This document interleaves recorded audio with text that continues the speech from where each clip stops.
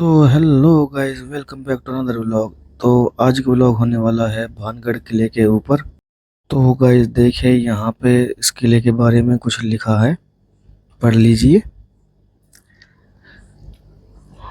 तो गाइस देखिए, वैसे हालत तो आप देख ही रहे हैं इसकी, काफ़ी खंडर हुआ पड़ा है। ये उस वक्त पे यहाँ पे दुकानें हुआ करती थी। ये यहाँ का चूड़ी बाजार था।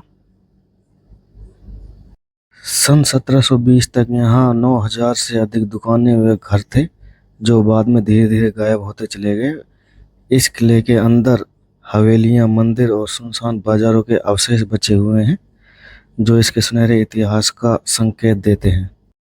भानगढ़ किले का निर्माण राजा माधव सिंह ने 17वीं शताब्दी में करवाया था, जो कि महान मुगल सेनापति एवं अकबर के नवरत्नों में शामिल राजा मानसिंह के छोटे भाई थे। ये जो आप बाजार देख रहे हैं, इसे चूड़ी बाजार कहा जाता था, जो कि अब बिल्कुल खंडर हो चुका है। किसी भी दुकान पर छत मौजूद नहीं है। प्राचीन कथाओं के अनुसार कहा जाता है कि इस किले के खंडर होने की कहानी राजकुमारी रत्नावती से जुड़ी है। कहा जाता है कि राजकुमारी बहुत ही सुंदर थी और उनके स्वयंवर की तैयारी चल रही थी। इसी किले में एक जादूगर सिंधिया रहा करता था और वो काले जादू में माहिर था। उस जादूगर को राजकुमारी रत्नावती से प्यार हो गया था। एक दिन जब राजकुमारी रत्नावती अपनी सहेलियों के साथ खरीदारी करने गई, तो जादूगर ने उन्हें इत्र खरीदते हुए देखा और इत्र को प्रेम औषधि से बदल दिया। हालांकि राजकुमारी को जादूगर की चाल का पता चल गया और उसने औषधि को पास के एक पत्थर पर फेंक फेंक दिया। जैसे ही राजकुमारी ने इत्र को चट्टान पर फेंका, चट्टान जादूगर की ओर लुढ़की और चट्टान से कुचलकर उसकी मौत हो गई। मरने से पहले जादूगर ने शहर को श्राप दिया और कहा कि यह शहर जल्द ही नष्ट हो जाएगा और इस किले में कोई भी जिंदा नहीं रह पाएगा। बाद में मुगल सेना ने राज्य पर हमला कर दिया और राजकुमारी रत्नावती सहित किले के सभी लोगों को मार दिया। तब से अब तक यह किला बिल्कुल खंडर पड़ा है। आप देख सकते हैं पीछे बिल्कुल सारी दुकानें बिल्कुल खंडर हो चुकी हैं। किसी भी दुकान पर छत मौजूद नहीं है। कभी अपनी खूबसूरती के लिए मशहूर होगा किसी टाइम पे, लेकिन आज बिल्कुल खंडर है। यहाँ पे जानवरों के अलावा फिलहाल कुछ नहीं रहता। इस किले को लेकर बहुत सी कहानियाँ प्रचलित हैं। उनमें से एक कहानी ये भी है कि लोग बाग बताते हैं, जब इस किले के निर्माण की बात चल रही थी तो राजा ने तपस्वी बालूनाथ से स्वीकृति प्राप्त की, लेकिन बालूनाथ ने कहा था कि इस किले की ऊंचाई इतनी बनाना कि मेरी ध्यान स्थल पर इसकी छाया ना पड़े। लेकिन इस किले को बनते बनते इसकी ऊंचाई इतनी चली गई कि तपस्वी बालूनाथ के ध्यान स्थल पर इसकी परछाई आने लगी। तो लोग बागों का कहना है कि तपस्वी बालूनाथ ने भी इस किले को श्राप दिया था, जिसके कारण यह किला खंडर हो गया। किले में 4 दरवाजे हैं। पहला था हनुमान पोल, दूसरा ये है अजमेरी गेट। इसमें 2 दरवाजे बंद हैं, एक खुला हुआ है, पता नहीं क्या रीजन रहा होगा। ये गोपीनाथ मंदिर है, आप देख सकते हैं।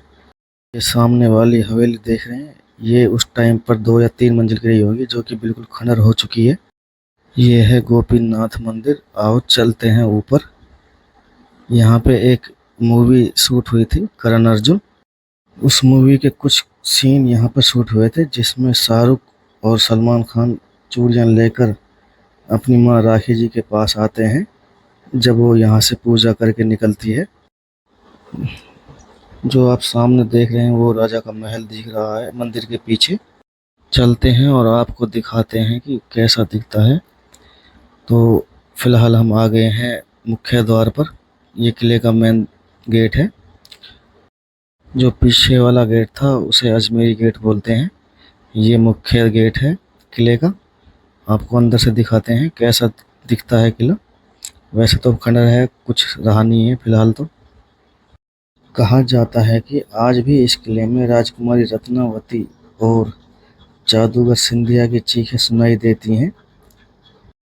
ये महल किसी वक्त पर 7 मंजिल का था, लेकिन अब सिर्फ 3 मंजिल का रह गया है। आप देख सकते हैं बिल्कुल खंडर है, लेकिन आप देख सकते हैं कि इसकी चारों तरफ हरियाली ही हरियाली है, जो कि इस किले की खूबसूरती बयां करती है।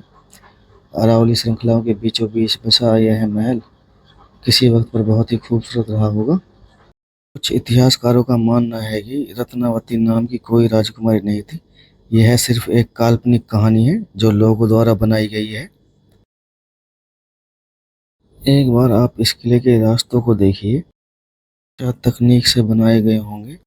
क्या कारण रहा होगा इन रास्तों को ऐसा बनाने के पीछे। अगर आप लोगों को पता है तो प्लीज़ कमेंट में बताइए। मुझे सही से पता नहीं है किस लिए इन रास्तों को बनाया होगा। मेरे हिसाब से सुरक्षा को देखते हुए इन रास्तों को ऐसा बनाया गया होगा।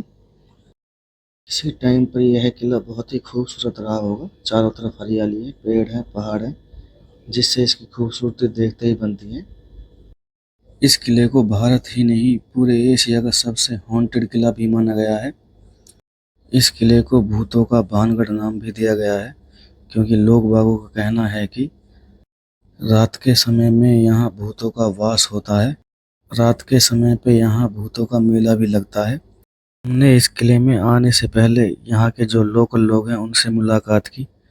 उन्होंने कहा कि यहाँ पे कई बार पैरानॉर्मल एक्टिविटी देखी गई है। इसलिए आर्कियोलॉजिकल सर्वे ऑफ इंडिया ने बाहर एक बोर्ड भी लगाया हुआ है, जिस पे लिखा हुआ है कि शाम को 6 बजे के बाद किसी को भी इस किले के अंदर प्रवेश वर्जित है। तो क्या यहाँ पे सचमुच में भूतों का मेला लगता है? ये आप जो जगह देख रहे हैं यह पहरेदारों की, यहाँ पे पहरेदार पहरा देते थे। और जो आप सामने देख रहे हैं इसे सेनापतियों की हवेली कहा जाता था। इसको आपको अंदर से दिखाने की कोशिश करेंगे। चलते हैं, देखते हैं अंदर क्या क्या है इसमें। क्षेत्रफल की बात करी जाए तो ये किला काफ़ी लंबा है। 2 किलोमीटर के एरिया में फैला हुआ है ये पूरा किला। तो हम एंट्री कर चुके हैं किले के सबसे डरावनी हवेली में। इसे सेनापतियों की हवेली भी कहा जाता था। लोगों का कहना है कि यही वो दीवारें हैं जहाँ पर कान लगा के सुनने से यहाँ पे चीखें सुनाई देती हैं। ये सच में ही बहुत ज़्यादा डरावनी जगह लग रही है। ऐसा लग रहा है जैसे हॉरर मूवीज़ में जो डरावनी जगह दिखाई जाती हैं, बिल्कुल सेम ऐसा ही लग रहा है। तो अब हम आ चुके हैं किले के सबसे टॉप पे। ये जो आप सामने देख रहे हैं उस टाइम का स्विमिंग पूल था। ये राजा और रानियों के महल हुआ करते थे, जो कि संगमरमर के बने हुए थे। अब सिर्फ उनके पिलरों के अवशेष यहाँ पे पड़े हुए हैं। आप देख सकते हैं बिल्कुल खंडर है सारा कुछ। यहाँ पे राजा और रानियाँ रहा करती थी।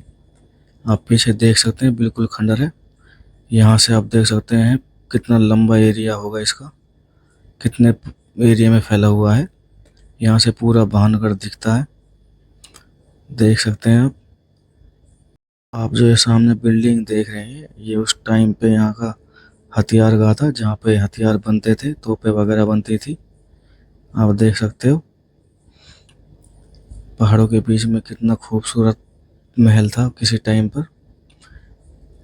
एक बार आपको फिर से बता दूं कि यह किला रानी रत्नावती के ऊपर खंडर हो गया था। यहाँ पर एक तांत्रिक सिंधिया रहा करता था, जो कि राजकुमारी को बहुत ज़्यादा पसंद करता था। और उसने राजकुमारी को इत्र खरीदते हुए देखा और उस इत्र पर उसने कुछ पढ़कर वो इत्र राजकुमारी रत्नावती के लिए भिजवा दिया। राजकुमारी रत्नावती उसकी चाल को समझ गई थी और उसने उस इत्र को एक पत्थर पर दे मारा था। वो पत्थर बहुत बड़ी चट्टान थी। वो लुढ़कती हुई तांत्रिक सिंधिया के ऊपर जा गिरी। मरने से पहले उसने इस किले को श्राप दिया था कि यह किला बहुत जल्द ही खंडर हो जाएगा, जिससे इस किले की ऐसी हालत हो गई थी। आज भी इस किले के अंदर रानी रत्नावती और सिंधिया जादूगर की चीखें सुनाई देती हैं। इसी बात का पता लगाने के लिए आर्कियोलॉजिकल सर्वे ऑफ इंडिया ने एक बार इस किले का सर्वे भी किया था। पूरी रात रिसर्च करने के बाद उन्होंने दावा किया था कि इस किले के अंदर किसी भी एबनॉर्मल एक्टिविटी को नहीं देखा गया। फिर भी इस किले के अंदर किसी भी इंसान को प्रवेश करना वर्जित है। एक बार आप नज़ारा देखो, कितना खूबसूरत नज़ारा है। किसी टाइम पर कितना खूबसूरत किला रहा होगा। तो उम्मीद करता हूँ कि आपको ये व्लॉग पसंद आया होगा। अगर आपको ये व्लॉग अच्छा लगा तो चैनल को सब्सक्राइब करें। अगर आप फेसबुक पर देख रहे हैं तो पेज को फॉलो करें। मिलते हैं एक और नए व्लॉग में, तब तक के लिए बाय बाय।